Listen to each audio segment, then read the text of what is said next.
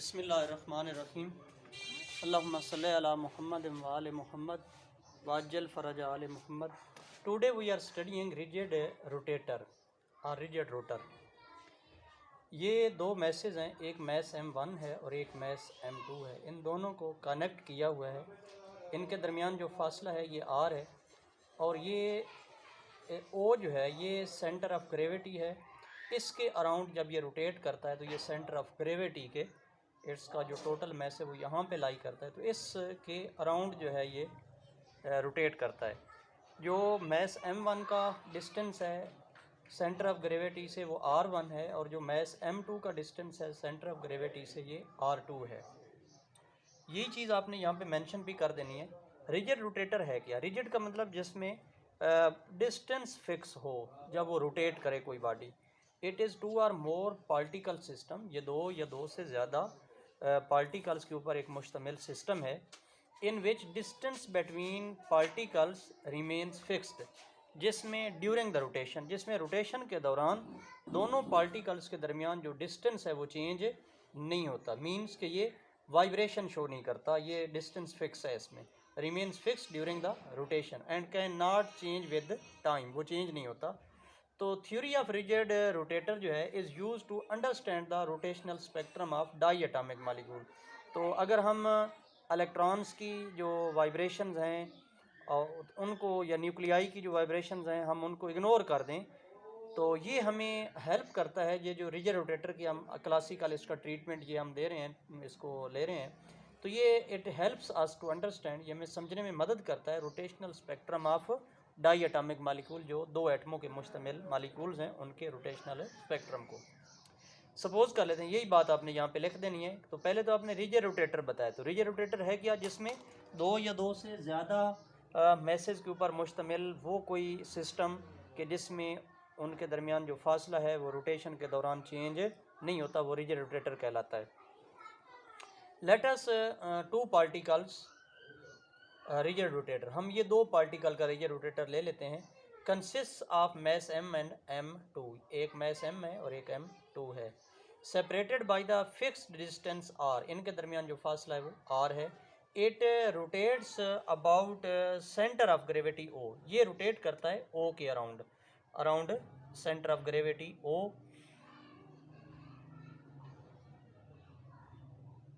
M1 distance of mass M1 is R1 and distance of mass M2 is R2 from center of gravity O। Moment of arc जो है ये equal होता है M R के। तो moment of arm of mass M1 this is equal to moment of arm of mass M2 about the centre of gravity. तो हम कह सकते हैं कि M1 R1 is equal to M2 R2। यह हमने बेसिकली MR1 और R2 की वैल्यू निकालनी है, वो आगे हम इनर्शिया के अंदर पुट करेंगे जब हम इनर्शिया कैलकुलेट करेंगे। तो R1 प्लस, चूँकि for the value of R2 हम एक जैसी ये वैल्यू लेना चाहते हैं ताकि हम इसे वो निकाल सकें, R1 को कॉमन ले सकें। तो R2 की वैल्यू ले लेते हैं। तो for value of R2, R1 plus R2, R1 और R2 को जमा करें तो टोटल डिस्टेंस R आ जाएगा इज इक्वल टू R। तो R2 आपके पास क्या आ गया? Is equal to R minus R1। M1 R1, अब ये वैल्यू आपने जो R2 की पुट की है ये यहाँ पे आपने पुट कर देनी है इक्वेशन 1 में। तो M1 R1 is equal to M2, अब R2 की जगह लिख देंगे R माइनस R1। अब M2 को अंदर ज़रब दे दें, M1 R1 M2 R आ गया, M2 R और M2 R1 आ जाएगा। तो M2 R आपके पास, इसको इधर रहने दें, ये इधर आके प्लस हो जाएगा। तो M1 R1 plus M2 R1, इसमें R1 कॉमन ले लें तो M2 R is equal to M1 plus M2 into R1।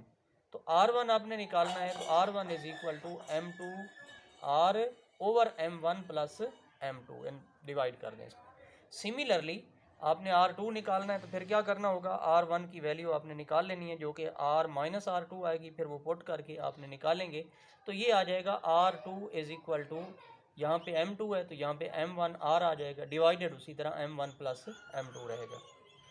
Since moment of inertia is I, तो I is equal to sum of M R square, summation of M R square. जितने भी message हैं उनके mess और R जो है जो उनके दरमियान डिस्टेंस है मैसेज के दरमियान, उसको मल्टीप्लाई करके जो सेंटर ऑफ ग्रेविटी से उनका फासला है उनको आपने मीन्स के जो मोमेंट ऑफ आर्क्स हैं उनको आपने जमा कर देना है, सम कर देना, तो ये इनर्शिया आ जाएगा। It is the sum of moment of arcs about centre of gravity. तो moment of inertia of rotating body about the centre of gravity O is I. It is given by I is equal to m1 r1 square plus m2 r2 square. ये equation 3 आएगी। Put value of r1 and r2 from equation number 2। ये equation number जो 1 लिए आपने और 2 लिए, तो 1 और 2 से फ्राम 1 एंड 2 ये वैल्यूज़ आपने यहाँ पे पुट कर देनी है। तो आई आपके पास आ जाएगा m1 r1 की जगह लिखेंगे m2 r over m1 plus m2, ये r1 की वैल्यू है, प्लस m2, ये m2 उसी तरह ही रहेगा, ये आपके पास m2, लेकिन r2 जो है इसकी वैल्यू आ जाएगी m1r over m1 plus m2। तो m1r over m1 plus m2 इसका इंटू r का स्क्वायर आ जाएगा, इंटू r स्क्वायर आ गया। अब इसमें i is equal to m1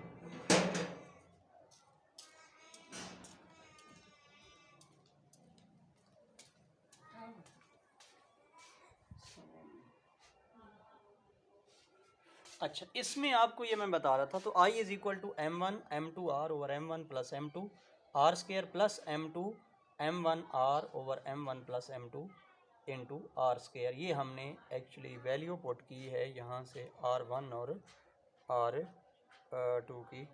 ये आप देख लें m1 r1 square plus m2 और r2 स्क्वायर। तो ये हमारे पास आ जाएगा i is equal to m1, ये m1 और r1, ये सारी r1 की वैल्यू है, r1 क्या है m2 r over m1 plus m2।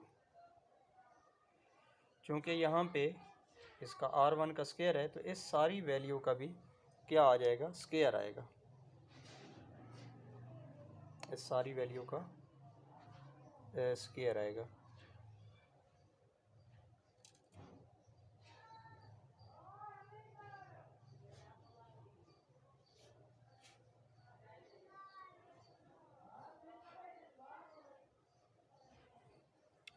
अब इसमें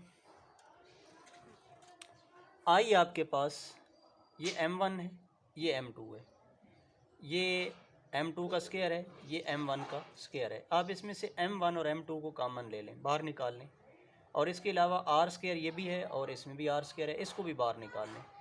m1 और m2, तो अंदर क्या बच जाएगा, यहाँ पे m2 बच जाएगा और यहाँ पे m1, बाकी ये m2 कॉमन आ गया, m1 यहाँ से एक कॉमन आ गया, तो ये आ जाएगा m2 plus m1 over m1 plus m2, इसका उसी तरह स्क्वायर आ जाएगा, ये m1 प्लस m2, इसका भी स्क्वायर है और इसका भी क्या है, स्क्वायर है, तो इसका स्क्वायर आ जाएगा, ये भी कॉमन आ गया, तो हमारे पास आ जाएगा इंटू r स्क्वायर।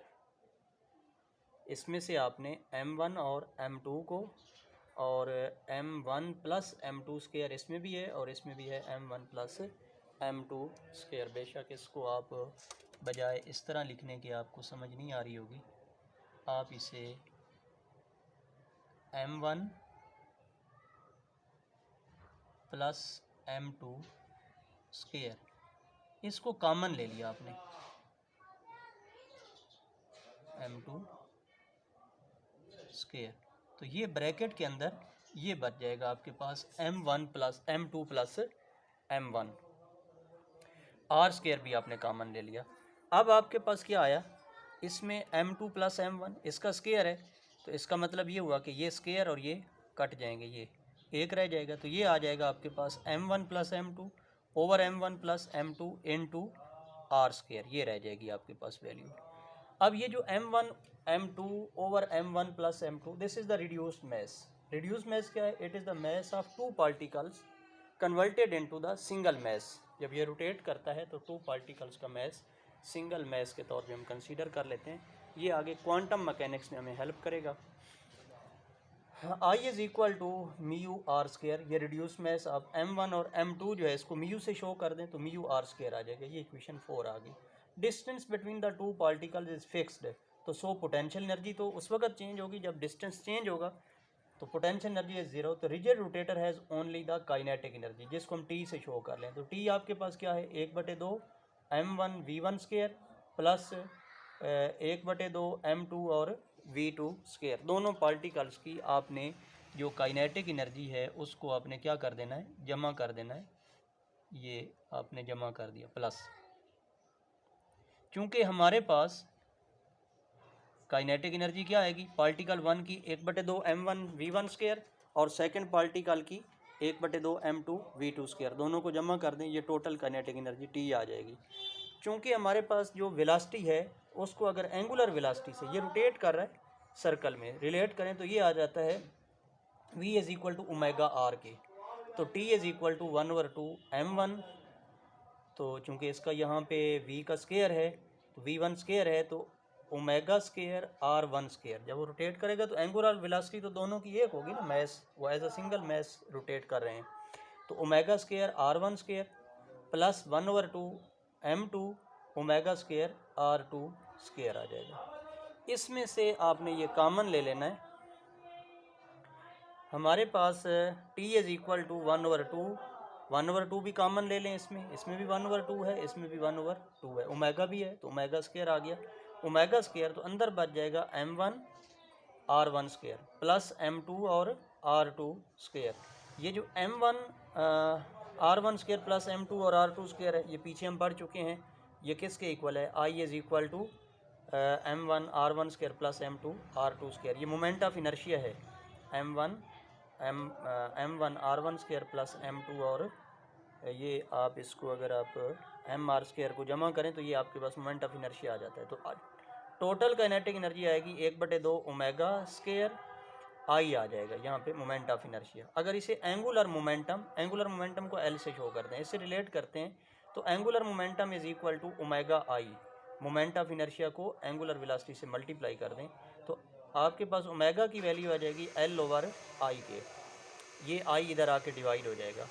तो ये वैल्यू अगर आप टोटल काइनेटिक एनर्जी में ओमेगा की ये वैल्यू पुट करेंगे तो आप इसे रिलेट कर सकते हैं। तो t is equal to 1/2 omega की जगह आ जाएगा ओमेगा स्केयर की जगह एल ओवर आई का स्केयर, आई से आई कट जाएगा, एक आई रह जाएगा, तो टोटल काइनेटिक एनर्जी आपके पास आ जाएगी एल स्केयर ओवर 2, ये 2 आ गया, यहाँ से आई बच जाएगा तो 2i omega square over 2i, ये आपके पास आ गया। t is equal to L square रह जाएगा, ये t से ये i से इसका स्केयर कट जाएगा, ये i लिखा हुआ है ना, i मल्टीप्लाई कर रहा है यहाँ पे, तो ये इसका स्केयर यहाँ पे ये i से कट जाएगा तो एक i रह जाएगा, तो ये आ जाएगा 1/2 एल स्केयर ओवर i रह जाएगा।